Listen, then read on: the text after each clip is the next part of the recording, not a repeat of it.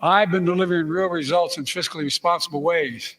We've already cut the federal deficit. Over $1 trillion. The debt is spiraling out of control, and it is a real problem, but he's not doing anything to fix it. It's gone up $6 trillion in the last 3 years under Biden. There's 180 million Americans. You're going to take away their right to post on there. And people say, oh, we're not doing that. They just have to change ownership. Well, what if they don't exist? What if you destroy the company in the process of this and all the business goes to Facebook? Are we going to be really happy we rewarded Zuckerberg over this? All right, guys. Happy Tuesday. It's warming up here in the greater DC area where it's like 70 degrees for the rest of the week.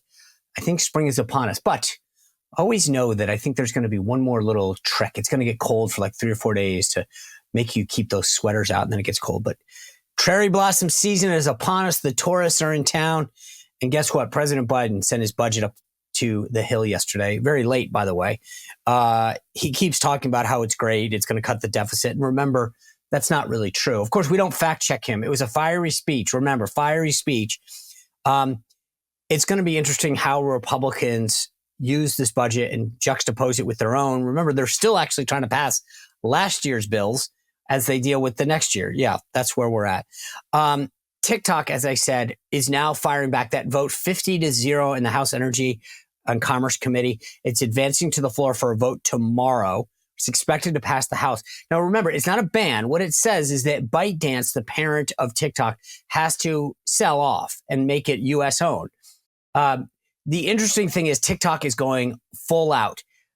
They have hired a bunch of people in the U.S. to promote this. They are just going gangbusters on members' offices, setting up little things to people who are on TikTok saying, call your member of Congress. One kid, this is dead serious, called their member of Congress and said, if TikTok ends up getting banned, I'll kill myself. If that doesn't show the power that TikTok has right now, and the director of national intelligence, Avril Haines, was on Capitol Hill yesterday saying that TikTok via China, who controls it, the Communist Party, potentially could screw with our election. At some point, the warning signs are there, folks. This is a bad thing. They are our enemy. This is a tool. This is literally a Trojan horse, a modern day Trojan horse. And we're sitting around debating it. They are our enemy. Repeat after me. They hate us. They want to defeat us. They want to destroy us. What are we doing? At some point, elected officials have an obligation to protect us. And going, oh, well, these kids are on it. What are they going to do? Are you kidding me? Grow up. Govern. This is what we're supposed to do, is protect the country. And I get it. All these political things, by the way, happen because a big donor comes in and says, oh, don't do it. There are Republicans like Kellyanne Conway right now saying that it's not a big deal. Why are we doing this? Oh, really? For 3 years, you said nothing, and suddenly you're getting a paycheck, and now you changed your tune? How much are you selling out this country for? You should have to disclose that. All of these so-called conservative groups that suddenly got a donation and had a change of heart, how much money did they get paid? They didn't say anything for 3-4 years. Suddenly, as soon as the legislation pops up and a big donor strokes a check, they change their tune. Seriously, how much was the price to sell out? Let me know. I think it's a fair question. I tweeted it out yesterday. It's unbelievable. But these guys, hopefully it backfires. The House has been completely bipartisan, which I'm glad for. It's going to head to the Senate. I don't know. I'm worried about that. Rand Paul's going to be with us shortly. I want to ask him where he comes down on it. He's a leading voice on this kind of stuff. By the way, I'll talk about this after Rand Paul, but the Nancy Mace interview on George Stephanopoulos was a masterclass in how to take these folks on. And I'm going to tell you and show you what I'm talking about after the interview with Rand Paul. She was on fuego on a very personal issue. And she went back at Stephanopoulos in a way that not many Republicans can do or do.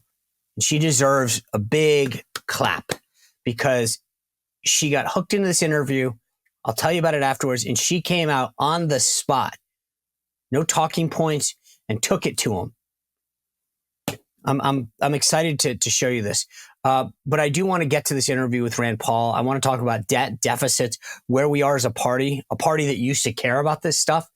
Obviously, you know Rand Paul. He's no wallflower. This is a man who fights on principle, fights on fact. And who knows, maybe could be the next leader of the Republicans, or at least could have a big hand in who it is, who does lead the Senate Republicans. But before we do that, I want to tell you about two of the great sponsors that make this show very possible. It allows us to bring it to you free every night. So let's hear from them and then get into it with Rand Paul. All right, folks, in this ever-changing economy with the ups and the downs, if you want a place to diversify your investments, call my friends at Bishop Gold Group, or you can check them out at bishopgoldgroup.com/Sean, or give them a call, 844-984-1616. Now, you're getting bombarded with ads for golds and precious metals. Bishop Gold Group are the people that I trust. They're the people that I called. Yes, I've actually put my money in Bishop Gold Group's hands and said, tell me how to grow my investments. So if you got a 401k, an IRA, or you just want to expand your investments with precious metals, these guys will sit down with you and talk about the best strategy for you, just like I did. And the way the economy's going now, you need a place, whether it's gold, silver, or other precious metals. They will tailor a plan for you. Bishop Gold Group are the people that I trust. It's integrity, it's transparency, and these guys have the understanding of the market to tell you where to be based on your needs. Go to bishopgoldgroup.com to begin your journey with precious metals. You get a free gift if you do that, or call 844-984-1616. Thank you. Attention, animal lovers. If you've rescued dogs like I have, then you're going to want to check out the work of Delta Rescue. And you go to deltarescue.org. You can see it for yourself. My friend Leo Grillo, he started this all by rescuing one Doberman, and he named the dog Delta. And that stands for dedication and everlasting love to animals. That's become an enduring mission for Leo. It's now a no-kill sanctuary, not a shelter, a no-kill sanctuary. They take care of dogs, cats, horses that need nutrition, veterinary care, whatever, and they can roam free. This is all because Leo Grillo has created this mission. And our $5, $10, $15, $100,000 donations keep the work of Delta Rescue going on. But if we want to make this an enduring mission to help this work that Leo has started go on for a lifetime, then check out the estate planning kit that they've got there and see if you can make Delta Rescue part of your estate so that this mission continues for a lifetime. DeltaRescue.org. Check out what they do. Check out the estate planning kit and help support this great, great cause. Senator Paul, good to see you. I want to play for you a clip of President Biden the other night at the State of the Union and get you to react. I've been delivering real results in fiscally responsible ways. We've already cut the federal deficit. We've already cut the federal deficit over $1 trillion. I signed the bipartisan deal to cut another $1 trillion in the next decade. Senator, that's $2 trillion that he's cut. Sounds pretty fiscally responsible. I follow you on Twitter. It doesn't seem that these numbers are adding up. And I know he introduced his budget yesterday. So what do you think of the president's math and his budget? Are you sure that clip wasn't from Saturday Night Live? It looks like a joke to me because, no, really, if we're talking about the debt, there's the deficit and the debt. If we're talking about the debt, it's gone up $6 trillion in the last 3 years under Biden. So the debt is not being reduced. The debt is actually accelerating. The accumulation of debt is at an historic high. The only reason he can play games with the numbers is that during COVID, it was extraordinarily high. So it's come down from the levels of COVID, but it's still what most people declare to be an urgency or an emergency. The Federal Reserve Chairman 2 weeks ago said it was urgent that we deal with it. Jamie Dimon from JP Morgan Chase also said it's an emergency. We need to do something about it. Nassim Taleb, an economist and writer who wrote The Black Swan, saying this. A lot of people really are alarmed at the accumulation of debt. And when he says things like, oh, it's under control and he's reducing the deficit, you heard laughter, you heard clapping from the Democrat, and you heard laughter from the Republicans. So it's just not believable. The debt is spiraling out of control, and it is a real problem, but he's not doing anything to fix it. So the debt's about $34.5 trillion, $102,000 per person. But the debt, as you point out, is driven by the deficit every year that we rack up. If you ask the people at the Peterson Foundation, 82% of American voters say they want the president and Congress to spend more time addressing the debt, and 80% say that their level of concern has increased over the past few years. I think part of that is because we are seeing interest payments on the debt start to exceed what we're spending on our national defense. how concerned are you about what interest payments and other things are doing to crowd out what I would argue is necessary defense spending? Well, the interest rates have doubled. So we're up at about $800 billion in interest, and military spending is about $850 billion. So they're almost equivalent. And the predictions are that interest will exceed military, but it also will exceed what we spend on Medicare. So this is a big problem. For years and years, though, both parties have been guilty of allowing the debt to rise. When George Bush was president, it went from 5 to 10 trillion. But the interest rates went from 5% to 2.5%. And everybody's like, oh, it's free. The interest rate's half as much.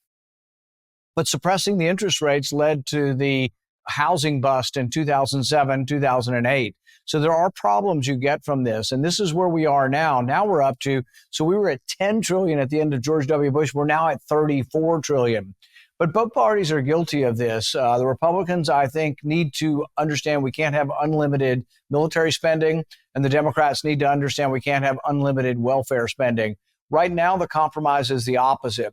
So I'm very disappointed in Speaker Johnson and the Republicans in the House that voted for this. 6,000 earmarks, and it's going to lead to a deficit of 1.5 trillion.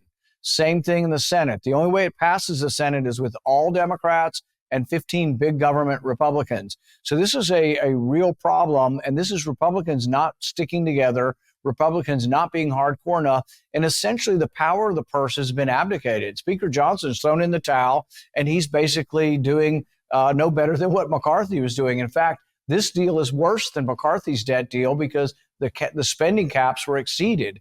And so in the end, we're going to be on pace to a $1.5 trillion deficit. I voted no on it. I'm against the earmarks. I'm against the spending. And we need more courage from other Republicans. You know, when Newt Gingrich was running to take back the House in 1993, 94, he used to carry around an ice bucket. And he would say at campaign stops, this ice bucket represents the ice that's delivered to members' offices every morning. Now, obviously, they all have refrigerators and ice makers in their offices now, but they didn't in whatever the 1800s.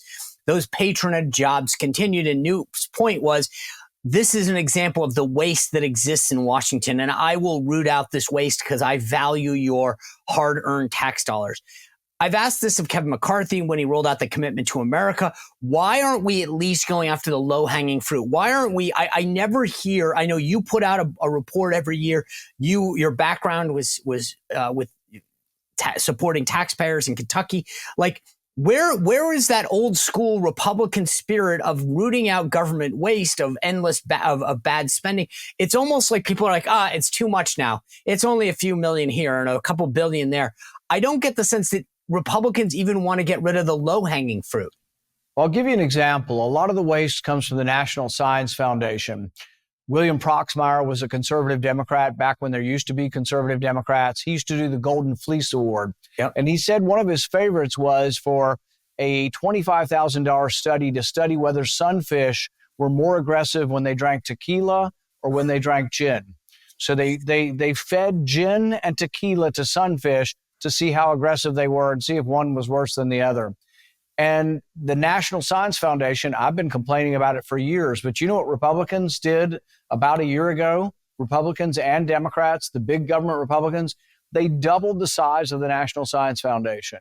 So virtually all the worst of the worst studies, the shrimp on treadmill, the Japanese quail on cocaine to see if they're more sexually promiscuous on cocaine, that's coming from the National Science Foundation. Ridiculous stuff like that, but it wouldn't happen without Republicans. So if you watch the Senate Republicans, there's somewhere between 15 and 20 conservatives on a good day, maybe 25, but there's 20 to 25 who are big government Republicans who think, like Dick Cheney, that deficits don't matter and they just don't care and they vote for all this stuff. Or they say, we have to go after China, so we're going to subsidize the chips industry.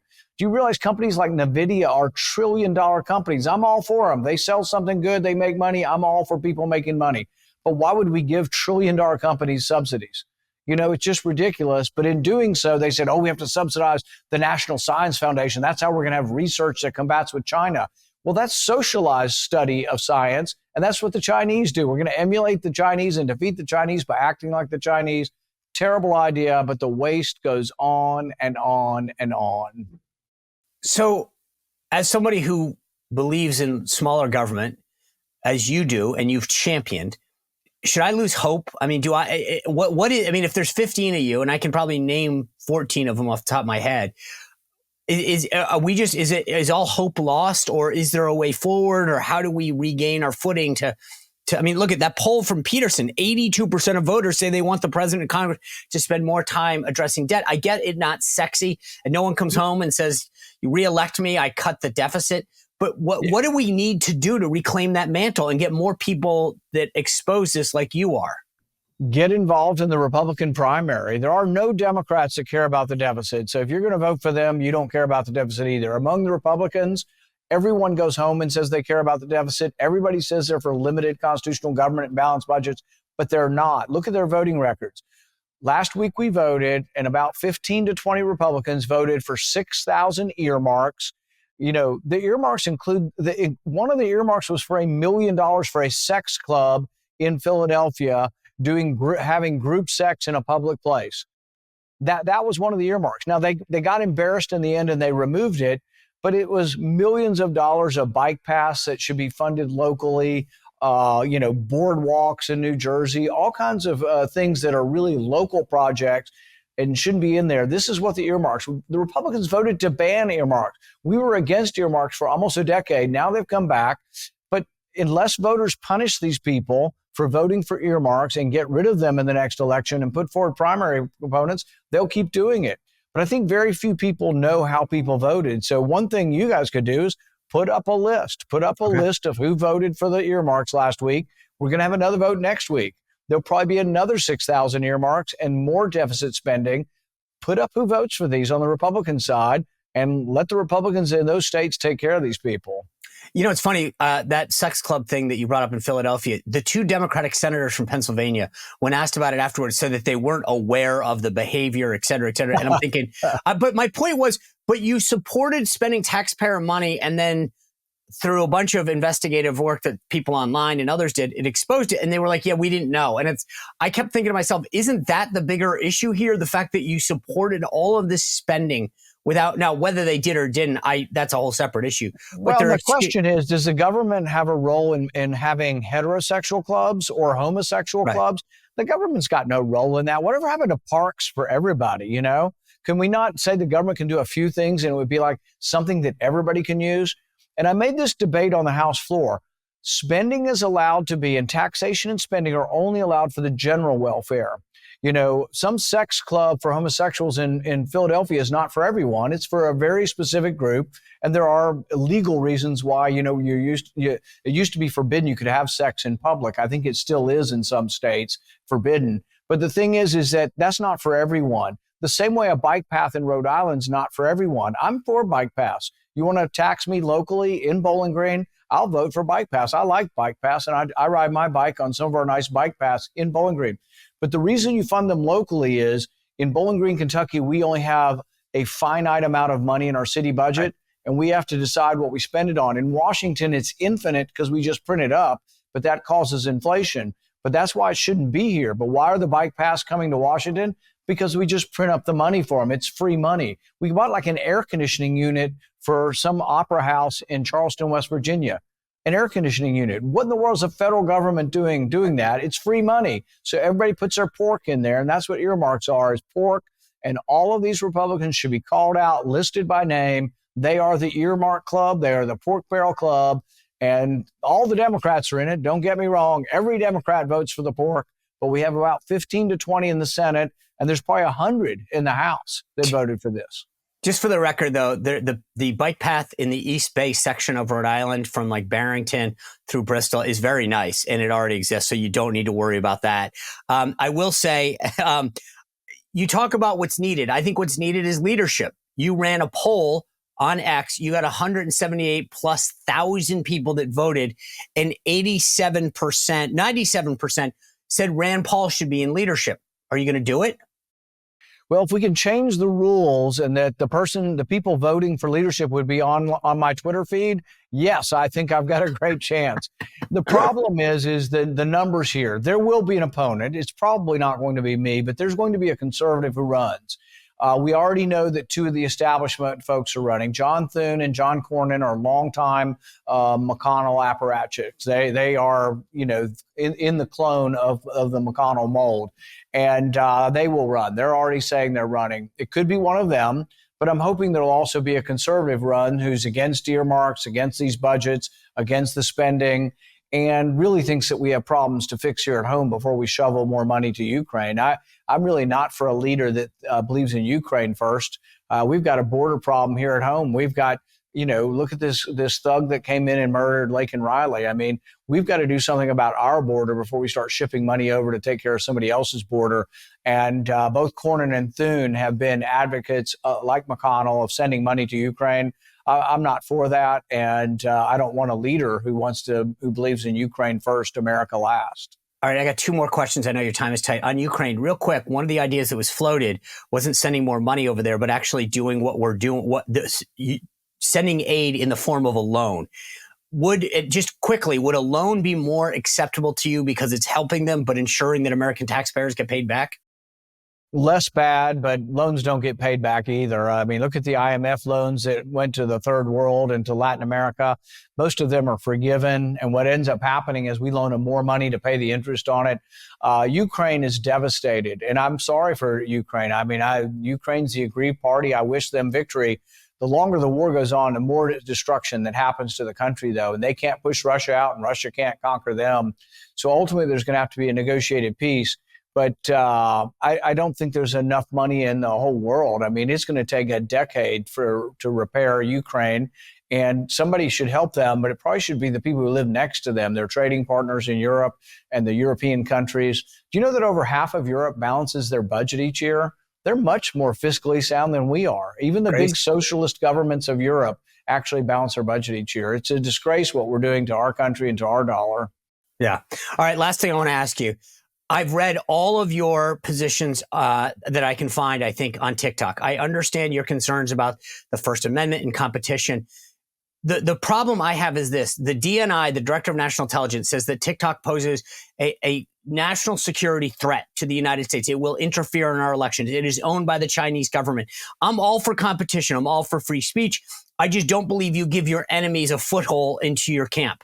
And right now, TikTok is collecting data on every single American to use against them. They're sending propaganda. So's Google and so's Facebook. All of big tech is collecting our data, and I'm not for any of it. I'm not a big fan of any of them collecting our data, but I am a fan of freedom and the First Amendment. I think that you shouldn't. 180 million Americans puts dance videos up there. People have businesses up there. And the ownership really isn't the Chinese Communist government. There's an international board of owners on this. There are Americans that own part of TikTok. They've also made a good faith effort to go through. We have something called CFIUS, which is an elaborate sort of process that the government goes through to try to set up an American board. They've also spent nearly $1 billion trying to set up on an Oracle platform in Texas the data to try to protect against the complaints. So it's not like they're not listening to the complaints. They're trying to do everything they possibly can to comply.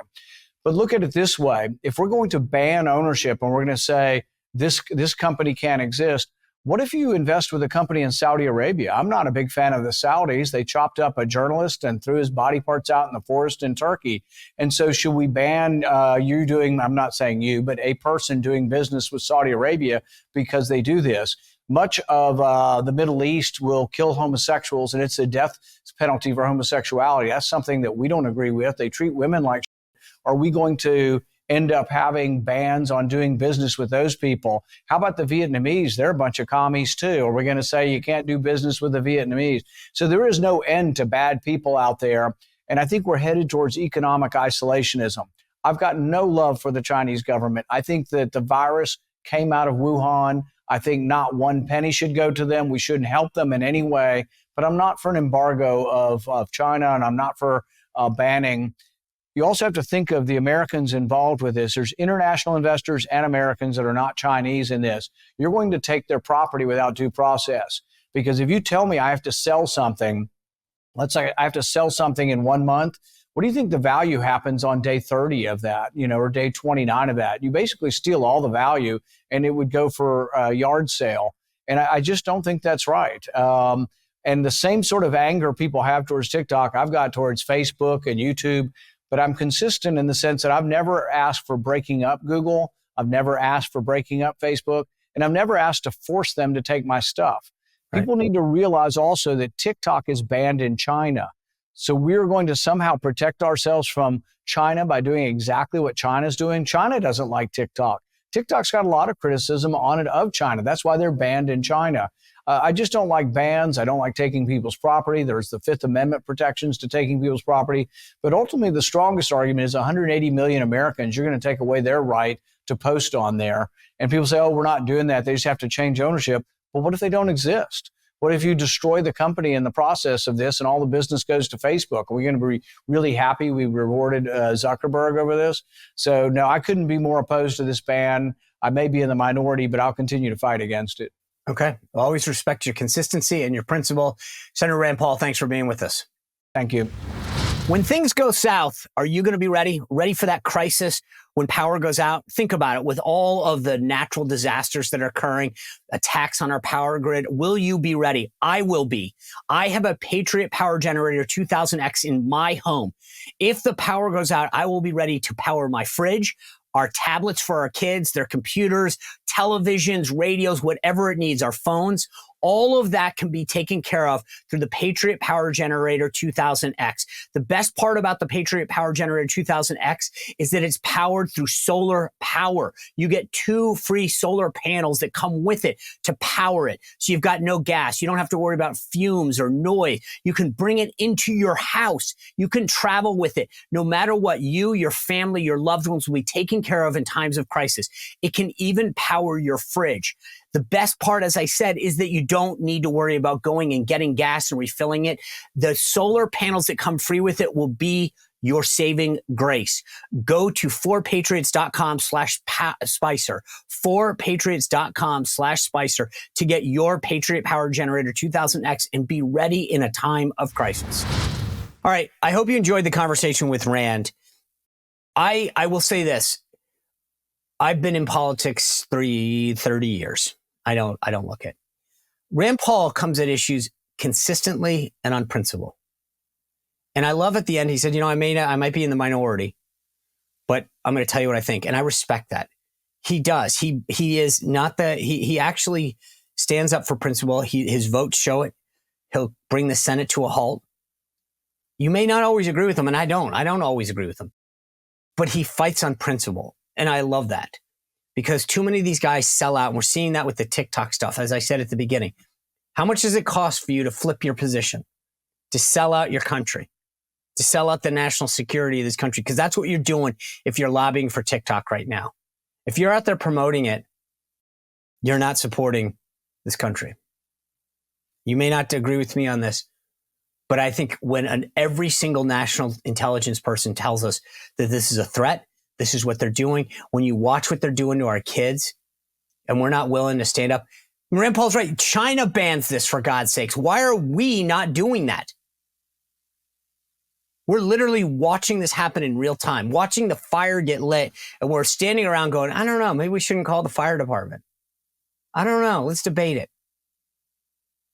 I just don't get it. China is so clear. They literally put it in writing how they plan to take over the world. And we're sitting back here.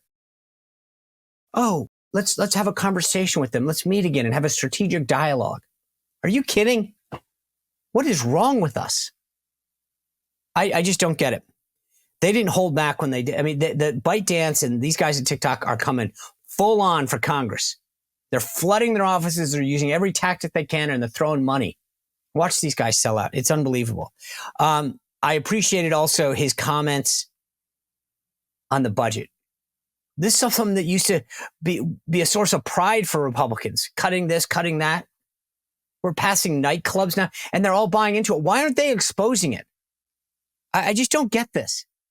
There are charts that show where we're going. We are spending more money on interest than our national defense.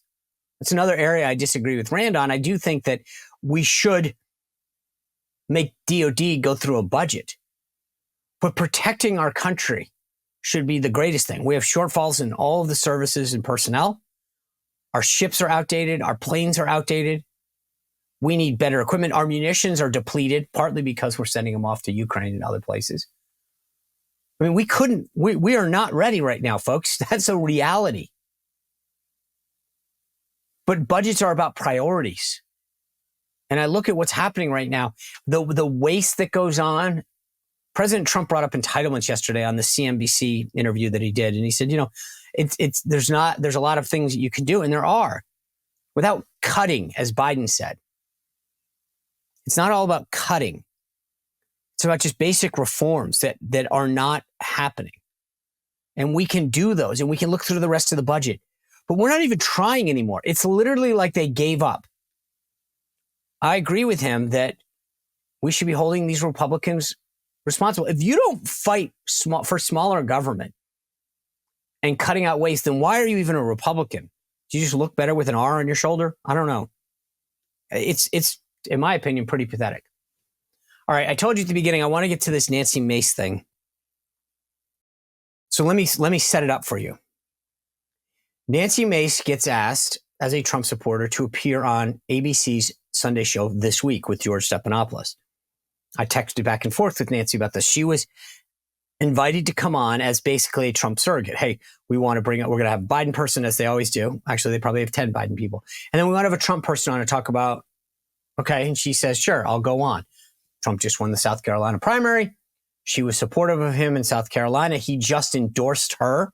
Okay. So she says yes. So she gets on, she goes on the show. Nancy Mace, by the way, in 2019, when she was in the South Carolina legislature, told a very personal story about how she had been raped. Because during a bill on exceptions in a pro-life piece of legislation, she was making the case for rape. She didn't think enough lawmakers understood the trauma that women faced, the consequences of rape, etc., and wanted them to hear her personal story.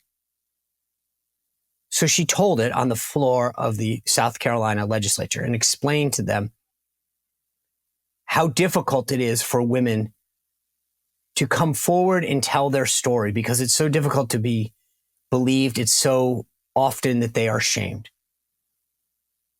It took a tremendous act of courage to do that. So here's how George Stephanopoulos went with that on his show. Let's play the clip. This morning. And you've endorsed Donald Trump for president. Judges and two separate juries have found him liable for rape and for defaming the victim of that rape. How do you square your endorsement of Donald Trump with the testimony we just saw?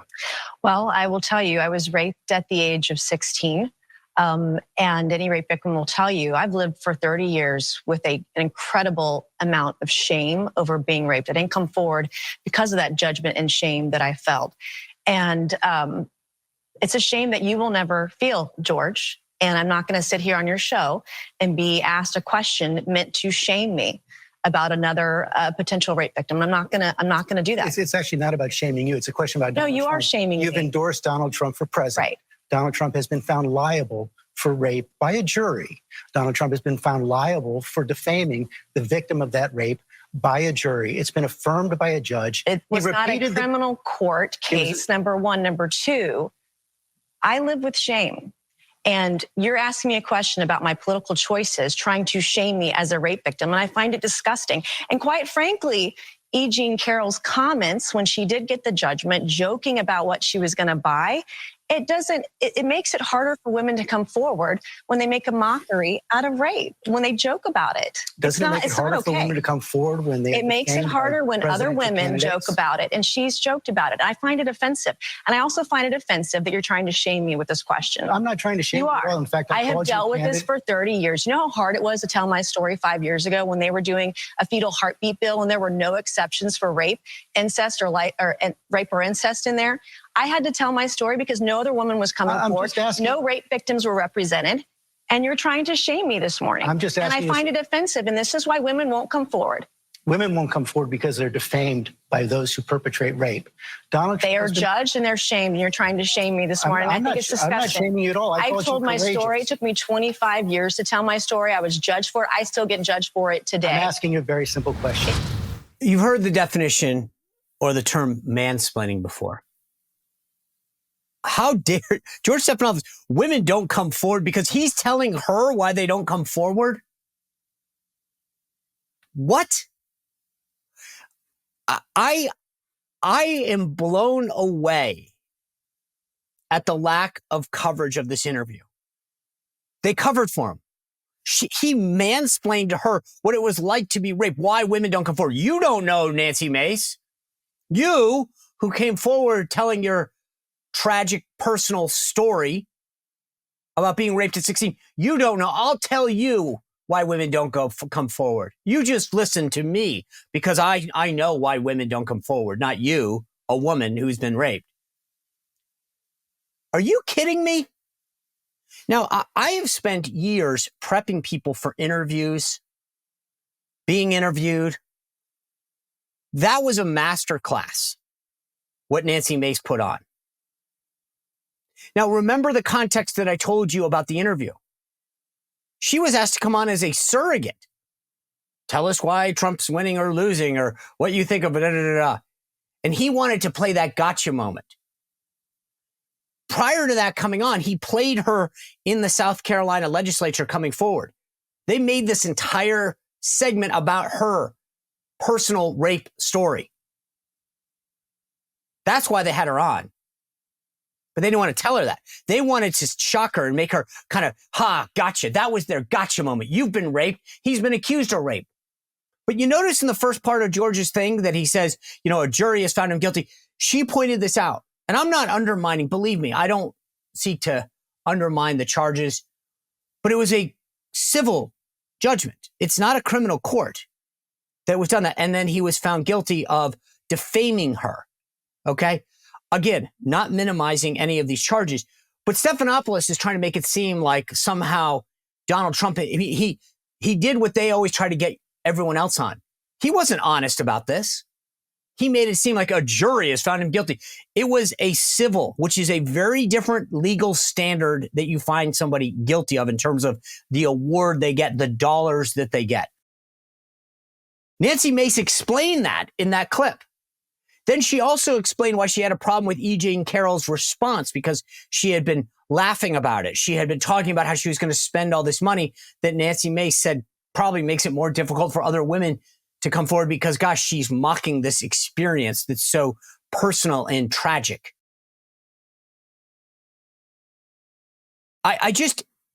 It was mind-blowing to me because here's the thing. For Nancy Mace, she had to think of that all right there. And in Tide probably is dealing with a bunch of emotional stuff saying, I cannot believe that I'm being attacked again. After being able to come forward just a few years ago and finally tell this story, here is this jerk coming at me, trying to get me to, how can you dare support Donald Trump? And she explains it. Here's why I did it. Here's what I think of him. No, that's not good enough. You're a victim of rape. You must denounce him. That's why we're having you on. Didn't you know that? Unbelievable. The composure and the pushback that she exhibited there, as I said, was a masterclass because she couldn't have been prepared for that. That's not why they had her on. I frankly, like I said, I'd be going, oh my God, I can't believe you're making this about me and my personal thing. And, trying to because that's what he wanted. He wanted her to say, gosh, as someone who personally went through this, I get it. That's why. He never does that to Democrats, does he? And let's face it. Now, again, as I said, I think she held a masterclass in showing how to take something like that out head on without having notes and be prepared. But let's face it, George. I thought you defended a man who had been seriously charged, accused of very similar things, hadn't he?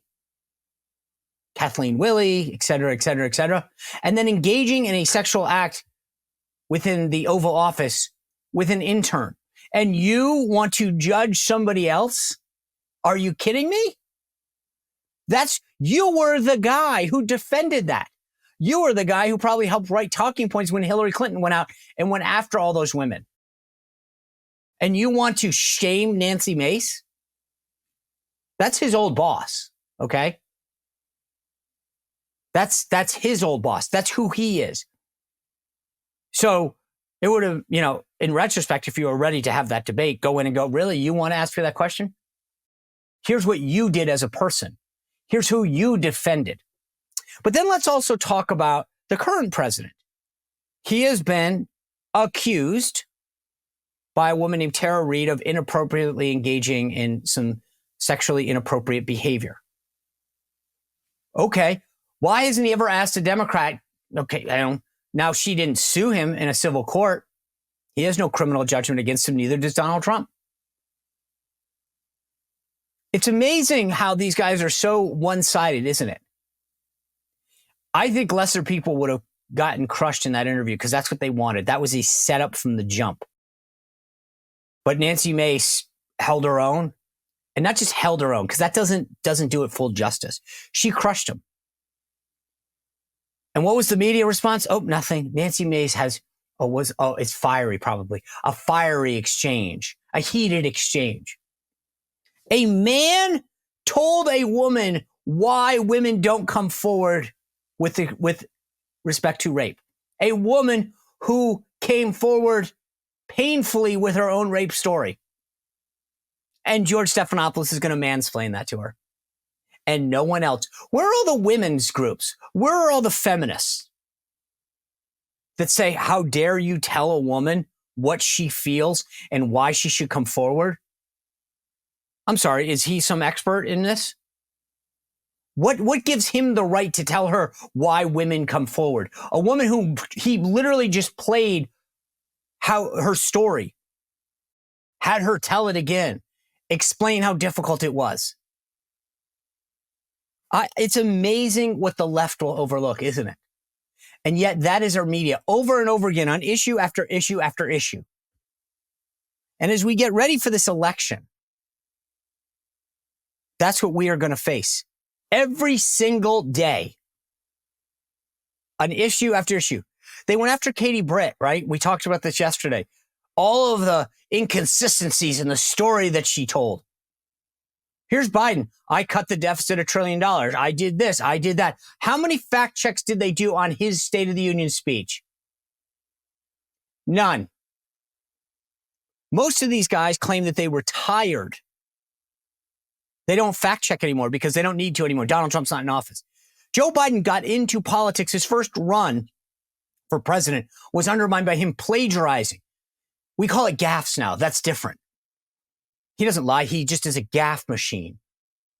Story after story, his work history, his education history. How many times do we hear the story of Joe Biden was first in his class on that and did that and then debunked it because it's not true? But of course, we don't call that lying. This is what we will face every day up through November's election. We've got to be on guard for it. I appreciate you tuning in today. We've had a great episode. I love what Rand Paul brought to the show. His explanations, I may not agree with him, as I said all the time, but the man is principled and consistent, and he's smart.